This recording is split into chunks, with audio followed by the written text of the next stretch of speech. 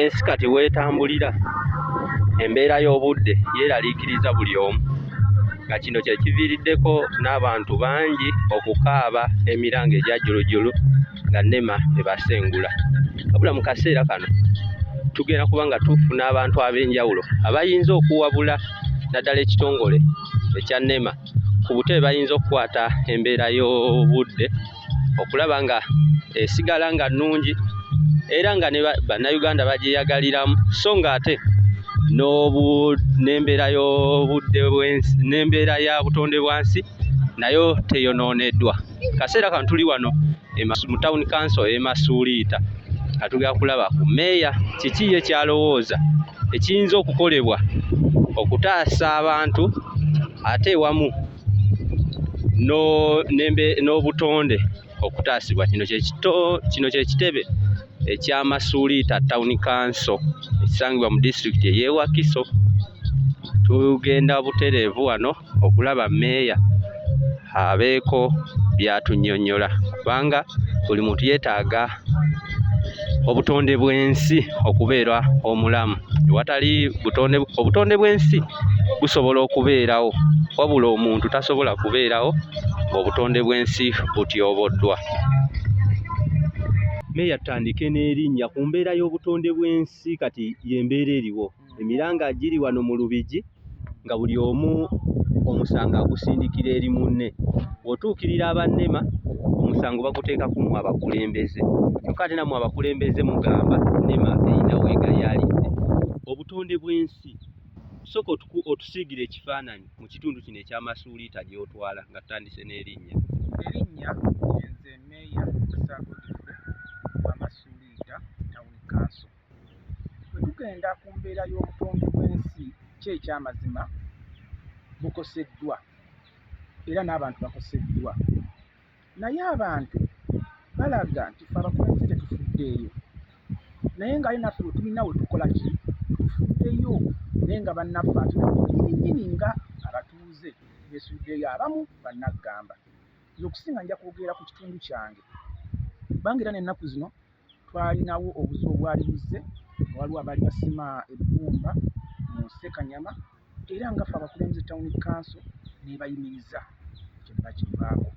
Kati tulina mu mayanja waffe tebazimbyemu naye abantu bali mu kulimiramu, naye bennyinnyini aba NEMA bo bennyini bajja ne balaba abantu abo ne bategeeragana nabo ne bafuna bwe boogera nabo, ffe tetwakimanya nga tebaatuukiriza naye ffe kyetukoze abantu bagamba kuba bali mu kulimirawo naye bamanye essaawa ekyalo kijja kugenda wano emmere yaabwe bagize muteme kati baone naye nga ate ffe tubabuulira nti bannange kulaba nti mayanja omuntu osobola okubaamu ekirala, naye nga si abakulembeze tetufuddeeyo naye tufuddeyo naye abantu baffe nabo tebafuddeeyo. Ensonga endala, abantu abamu obwavu buleese obuzibu. Katugeze nga tutuna wano mu mayanja abantu balimira mu biseera nga bino ebyakasana nga naye bw'anoonya 10 kati gwe mutuukira n'omugamba munnange vaawo awantu awa naakugamba ajja kubuuza mmeeya ndyewa, naye nga naawe okiraba tebalina bibanja, bali mu buzigo nga mu Masuuliita, naye n'agamba nti kangende nnime wali nsobole okufunawo 10.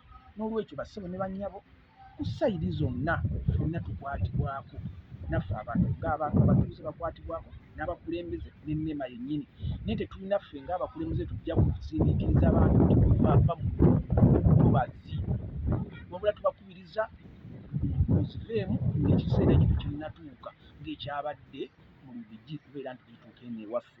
Bwe binaamala otuuka abakulembeze ate mujja tunenya kubanga ffe tubeerawo ne tubabuulira ki ekyokukola. Nga yo NEMA ekoze ekimala okukolagana nammwe n'okusomesa abantu? NEMA tekoze kimala.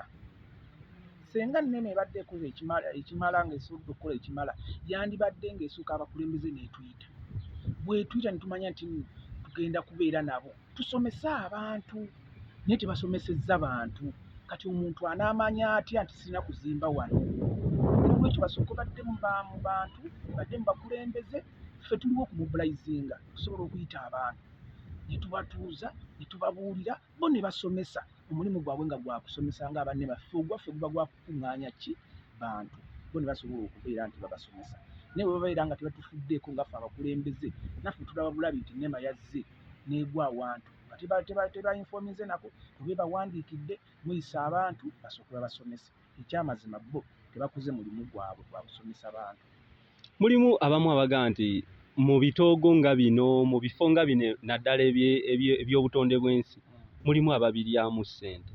Ekintu kino kiyinza kukuumibwa kitya? Ekintu ekyo nandikyogera bwe nti ffe mulimu sijja kugamba nti waliwo batalya ssente ali sijja kugamba nti waliwo abazirya. Buli muntu ng'omukulembeze buli muntu Katonda namutonda bubwe.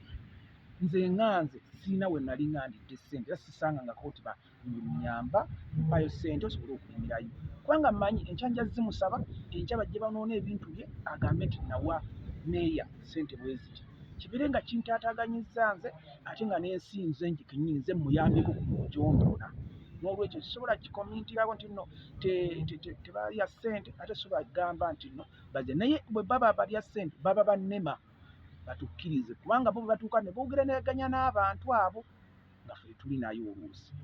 Olowooza ku nkola embeera eno eriwo y'emiranga gy'abantu okubeera nga basengulwa ne batuuka okugamba abangi bagamba mbu baazaalibwa mu bitundu ebyo.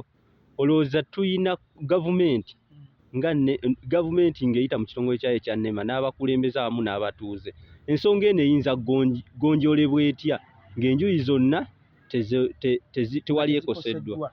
Ensonga eyo mu ndowooza yange nganze omukulembeze bwange nali nsuubira abantu abo bangi balina abaana balina famirizi zaabwe oyinza okwesanga ng'omuntu nga mu butuufu talina wantu wasuubira talina mu kyalo nga ye olwasuumukamu bamuzaalirawo mu tawuni era olwamala okubeera mu tawuni n'agula awantu awo nga ye tamanyi kinajja mu maaso. Nandibadde nteesa ku lw'obulungi bw'abantu n'okuyambagana gavumenti yandibadde esooka nebanoonyeza ekifo nga yo kubanga kati awo weba emaze banoonyeza ekifo awo ebeera eri ya ddembe oba kati ne basasulayo kasente akatono oba ne basasula mu kibanja mpola naye ng'ebafunidde awantu awalungi awali olukalu nesobola okubeera nti tebanyigiriza naye kakati abantu bangi bakoseddwa abantu ate abalala bakyakosebwa zenkakaza kuba bakyayongera okukola ki okumenya naye bamenya lwaki nga tebasoose kubafunira kifo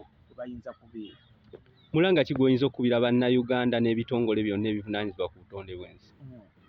Bannayuganda bakubiriza okukuuma obutonde ekisooka kyonna kya byonna naddala ffe abali eno mu byalo tusimbe emiti bwe giba nga gisoboka omuntu ne bw'obeera olina 5 ku 10 wakirisimbamu omuti gumu ojja kutuuka okulaba ebintu ng'embeera y'obutonde tugiyisaawo.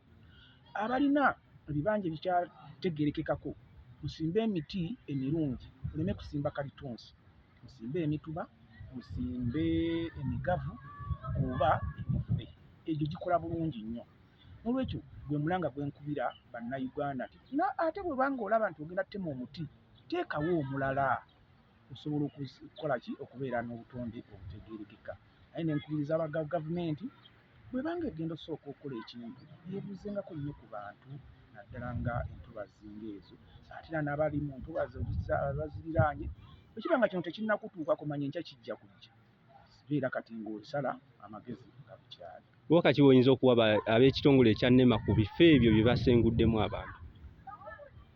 Bwe baba nga bakikoze bwe batyo obubaka bwe mbawa nti bwe baba bakikoze bakikolere ddala nga bakakasa ddala bakikoze mu mutima mulungi naye wali okuba ekikola bwe batyo ate enkya ne tugenda tufunayo be bayita abaana ne bagenda bo bwe bamaze okujja ate bali ne baleetawo amafactory omuntu anaalabika atya anakiwulira atya nga bagamba nti ate buno obutonde bwasi ate nga batadde basenzeewo ate abalala ne bajja ne bazimbawo baba bakakasa nti bakoze ekintu ekyo nga banyiikirivu nga bakikoledde n'omutima mulungi abantu bonna bamanye nti bonna babayise kyenkanyi kimu. Ekyokubiri kati batandike okulambula ebitundu ebyo nga bagamba abantu omuntu kijje ng'akimanyi nti kati kirinze baŋŋamba naye neeremezaawo nzekka n'olwekyo nze bubaka bwange bwensobola okukubiriza ab'ebitongole ebyo.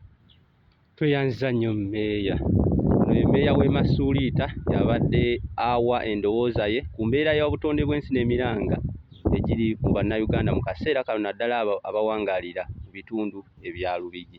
Tugenda mu maaso era Spotlight ejja kutuusangako abantu ab'enjawulo ku mbeera ey'obutonde bw'ensi okulaba nga Uganda esigala n'obutonde bw'ensi obwayo okusigala nga ekyali Pearl of Africa.